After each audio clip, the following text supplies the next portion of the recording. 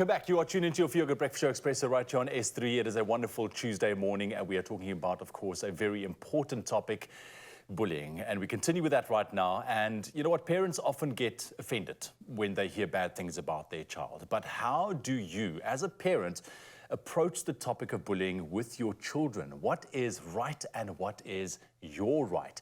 Now, this morning we unpacked this conversation with our panel. We welcome registered counsellor Kelly Jacobs. She's here. Parents Lizette and Arne Adams, as well as mom and content creator Naria Gallo. Good morning, everyone. Welcome to your Feel Good Breakfast Show. And thank you for stepping in on, I think, such an important topic. And Kelly, I think maybe we can start with you as parents. What is the ideal way, first and foremost, to deal with bullying? And I also believe that there's new changes in the law in terms of approaching bullying.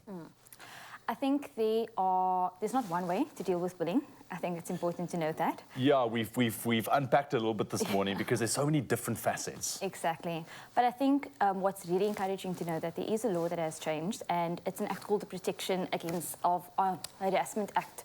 And with this law, they talk about how bullying in all forms and shapes and sizes is not necessarily allowed according to the law, and kids can actually take out a protection order from as young as 12 without the consent of the parents. But what I do want to note is, as parents, when you're actually dealing with bullying in your kids and you're observing it, it's very instinctive. I'm not a parent myself, so I can only imagine that when you find out that your child has been harmed in any shape or form, you're going to be reactive. Yeah, for sure. And it's difficult for a kid to actually come up and build up the courage to be able to express to you that something is going on and something is happening. Especially if you as a parent haven't created that safe space for them to be able to share with you. Exactly, and sometimes it's not malicious and it's not intentional, but it can sometimes be out of the space of wanting to protect your child. Yeah. But what's important to note as a parent is not to react explosively, but actually to listen to your child, listen calmly and create that safe space, just like you mentioned, and actually acknowledge that your child is having difficulty in expressing this to you. And just to create that compassionate space where they feel safe. It's important for a child or for a parent to be able to recognize, you know, the difference between. I mean, it could be it could be not bullying at all on the other side of things, but the child may experience it as such, which is also important for you as a parent to be able to distinguish very much between the two and why that safe space is so needed. Yeah. I want to come to you, Nuri, because you online creator, you a lot of social content online, you expose your kids on there, use them as well. I'm in the same boat as well. My kids form part of my social media lifestyle. But I want to know how you view it, because we see a lot of celebrities out there, they hide their kids' faces, they block it out, they don't expose them to that. Do you feel that it opens them up to potential online bullying? I mean, we are living in this kind of era where, you know, we live on our socials. How do you view it? Absolutely, it does open them up to online bullying. So I started out as a mommy creator. So naturally, like you said, my kids were part of my little gang, you know, my little girl gang. Your little ecosystem. Yeah, exactly. And but recently, I've been sharing a lot less of them because I've also kind of had that mind shift of, you know, what if something happens that I don't have control of. I do still share them online, but like you said, it does open them up to, it could potentially open them up to a lot of online bullying, absolutely. Have you had any incidents or issues that you are aware of? Yes, I have actually. Somebody commented something nasty about my baby, and because I'm in the content creator space, I've developed the ability not to take it personally. Just over time, you develop this, you know, but it's not everybody can do that. So I just, you know, make it a joke and move on. But my kids don't have access to the social media comments or the, you know, all that type of stuff. So they haven't received that. Yeah, direct. Direct, yes. But obviously I have. And sometimes, I mean, it can just take one thing that you are really triggered by that can send you over the edge. So it's really important to be careful like pick and choose what you share about your kids online. Yeah, look, I also do think it's important because, I mean, our kids are going to grow up with social media and, you know, people's interaction and comments, you know. So this is a great, I think, introduction for them to learn how to use social media correctly. And you know what to take to heart and what not to take to heart, I think, which is also a great thing that you are doing. For the two parents this morning, you guys share, you got two kids. Have you had any form of bullying, and how did that impact the family? How did it impact you guys, and how did you deal with it? Yes, we have. We have had, especially with our youngest, and she's 11 years old.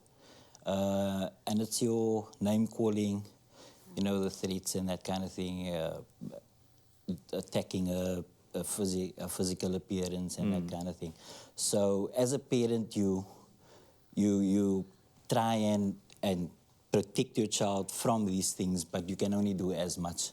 And so I would normally tell her, when you're being bullied and the bad things they're saying about you, it's not a reflection of you yourself. It's a reflection of them. And maybe they hurt, so they hurt people. Yeah. And you know, creating that reassurance to your child that she's not the problem and there's nothing wrong with her, you know, and she's beautiful and, you know, she needs to love herself is the task of a parent, and protecting her, especially psychologically. Yeah, definitely, because mental health is a very important topic in our home because we see it a lot. Growing up in older generation, we found that it wasn't something our parents used to speak about. You would be bullied, you would come home and cry, and my mom always said to me, just turn the other cheek. And with my method of parenting, I wanted to create a safe space. And I said, oh, you can tell me anything, anything. And she came home and she said, Mom, they're bullying me, they're telling me I'm fat. It's a boy that sits next to her in class. It makes it very difficult because you're sitting next to this person every day. So I did approach the teacher. I said, there needs to be something done. I don't want my child to be unhappy, because she said, I don't want to go to school, I don't like school. And you want your child to want to go to school every day and have fun and enjoy. Oh, that's there now. Exactly. You want them to enjoy it. Exactly. So it was very difficult. But what I can say about her, she's very tenacious, she's very strong. That's awesome. In the past year, since it's been, so it was quite hectic. The parents have been addressed of the other learner. So things have calmed down quite a bit, but we teach self-love in our home every single day. I love that. So she looks at herself in the mirror and she says, I'm beautiful. Yeah, yes, please, yes, please. Well, we have Kelly here, so I'm going to give you guys the opportunity to ask her a couple of questions that might be on your minds a little bit later. So stick around for that conversation. And just in light of what we've been talking about, it really becomes apparent, Kelly, that, you know, when you're dealing with bullying or situation, it starts with how you approach the situation under your own roof. The parents and the relationship with the child. And again, that safe space. It's coming up quite a lot actually this morning. So stick around with us. Also connect with us on our socials. Our WhatsApp line is there for you, 0634088863. If you have any advice or questions, Kelly is here. It's my feel-good breakfast show. Welcome back. You are tuned into your Feel Good Breakfast Show. This is Expresso on S3. It's been a wonderful morning so far, discussing a very serious topic, shining the spotlight on bullying. And we are back with our parents this morning, as well as our registered counsellor, Kelly, who's here to give us all the advice. Thank you very much for making the time and just spending some time with us and giving us your insights as well. Kelly, I want to flip the script a little bit from the other side. We've been talking about being bullied and, you know, how to approach that. But what is your advice on you know, towards parents if your child is the bully? Because I know a lot of the times parents want to take a step back and say, like, well, no, I don't think so. You know, there's almost that defense mechanism that kicks in. But how would you approach that? In all honesty, I think it's first and foremost important to note that your child is not immediately bad. A lot of times kids end up with the behavior of bullying because they don't necessarily know how to regulate their own emotions. Sometimes they need attention. Sometimes there's a lot of different motivating factors for what drives that behavior. But it's important to first and foremost communicate and find out why your child is bullying. What is driving the behavior? Is it because of frustrations that they actually don't know how to deal with in an unharmful manner and in a harmful way? So it's important to communicate and ask those questions about what's driving that behavior and what the child is actually needing. Yeah. And look at what is happening in your child's life and maybe see if you can change something around too, because I mean everything is it's behavioral. 100%. It is behavioral, and it's brought about by a certain, you know, moment in the house or something that happened at school that you don't know of as a parent. Exactly. Okay, so it's not, you know, for parents, don't dismiss it just immediately. Absolutely. Look at what is going on. Yes. Now, we did say this is we've been speaking about safe spaces, and it really is a safe space. We got Kelly here, so on our end is that I want to give you guys the opportunity to ask Kelly a question around bullying, because I know that you've got something on your heart that you want to ask this morning. Yeah. I do. So for us, like I said, in our household, mental health is so important, but there's only so much that we can do as a parent. So I want to ask Kelly, how do we maintain that safe space so that she doesn't go into depression or has anxiety and can stay strong for anything, because we can't say it's going to stop. You know, she's still got a whole life that she needs to live. Yeah. Yeah. Sure. For sure. I think Arne mentioned earlier, the two of you already established such a beautiful foundation of reassuring your child. She's already feeling safe enough to bring it to you, and she's already feeling safe enough to tell you what she's feeling, how she's actually navigating through these different emotions, and you're having those tough conversations.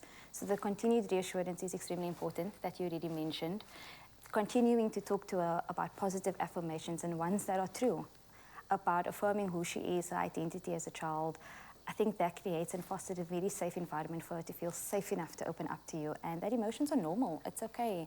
However she feels, there is that safety net for her to be able to express it with the two of you. So I think continue doing what you've already been doing. I think you're doing such a great job in having those tough and hard conversations, and you openly talk about mental health. I mean, we mentioned in a lot of our generation of growing up, our parents didn't necessarily have these conversations because they weren't equipped with how to do that. Yeah. Whereas today, as parents, you've all mentioned that these are conversations that you have with your kids. You have talking about your identity, talking about the esteem is something you're really affirming with them. And So it's continue more doing important than ever to talk about those things now in today's society, how we live, the way the world works as well. I want to give you the opportunity as well, Nuri, to ask a question. So how do we as parents avoid our triggered, unresolved trauma from filtering down to our kids? So if we're acting out because we have unresolved trauma and something is triggering us, and we act out to our kids or in the household for whatever reason. Obviously, kids, I know as a mom of almost 15 years, I know that that kids mimic and they learn from us. Yeah. And obviously the outside world as well. But obviously the home, like we say, is our safe space. So they will do what we do, you know? And so how do we avoid, or like how do we navigate not allowing our past traumas when we are triggered to filter down to our kids? I think it's such a great question, and you pose it in such a great way that kids do model behavior in what they see. A lot of times the way that they express and handle certain emotions is what they've observed in how you do it. And that self-awareness and examining yourself is extremely important, and also self-care. As parents, it's something that's not always prioritized, taking care of yourself, taking care of your own mental health. And sometimes it may look like going to counseling. Sometimes it may look like seeking professional help when it comes to managing your own emotions and having that safe space for yourself. And it's important and it's difficult. It's not always easy to check yourself, but that's where you also need your partner to hold you accountable in moments of where they can see that your emotions are not necessarily be handled in the healthiest way for your kid, and that's where counseling can also just help you navigate through those tough things. So yeah, it's not easy, but examining yourself, self-awareness. Because, I mean, something like that, especially if you were bullied at school, primary school, high school, I mean, that stays with you if not resolved. Yes. And even into adulthood. I mean, this is how serious this is. This is why we need to talk about it now and unpack it. Arne, is there anything that you would like to ask while we have you I here? just want to touch on what you just said now. Yeah. Sometimes the effects are so lasting, and the fear within themselves is also a bully to them. Yes, yes. Because of what the bullying that she's experiencing at school or whatever the case may be. So it's what I want to know is how do you stay consistent and how do you nurture it out so that the fear in itself is not that damaging with regards to bullying, because it's a double entendre if you think about it. Yeah. The conversations that you're already having and how they actually deal with these emotions. And a very great practical conversation that you could actually have with your child is actually give them a scenario. If there is something that they may be fearful of, and I'm using this as an example, if they're going to school and there is a child that unfortunately your daughter experienced that's bullying them and they are scared of it, maybe in a safe environment ask your child, how would you deal with it, and role play, so that you can also teach them non-harmful behaviors of how to respond appropriately and what would actually be healthy to still maintain their own self-esteem and respect for the next child. So role play can be such a great practical way to help navigate, or help a child at least navigate through those difficult and tough emotions. Like that role Like playing. that. Thank you very much, all of you, for joining us this morning. you. I know that it is quite a big topic. It's a heavy topic as well. Yes. Kelly, thank you very much for the insights and advice. And I love that, once again, I think one very important point that stands out for me is the fact that kids model behavior. And I think parents need to put a lot of emphasis on that and recognize that more than ever nowadays, because it's not really about what you say. It really comes down to what you do, and it starts at home. Remember, there's so many channels out there for you to get the support, to get the information, to get the knowledge, but continue speaking about it. Have those conversations. And also, if you need any help, or you want to give advice, or you have something that you have on your heart that you want to share with us this morning, our WhatsApp line is there. We'd love to hear from you. 063 408 8863.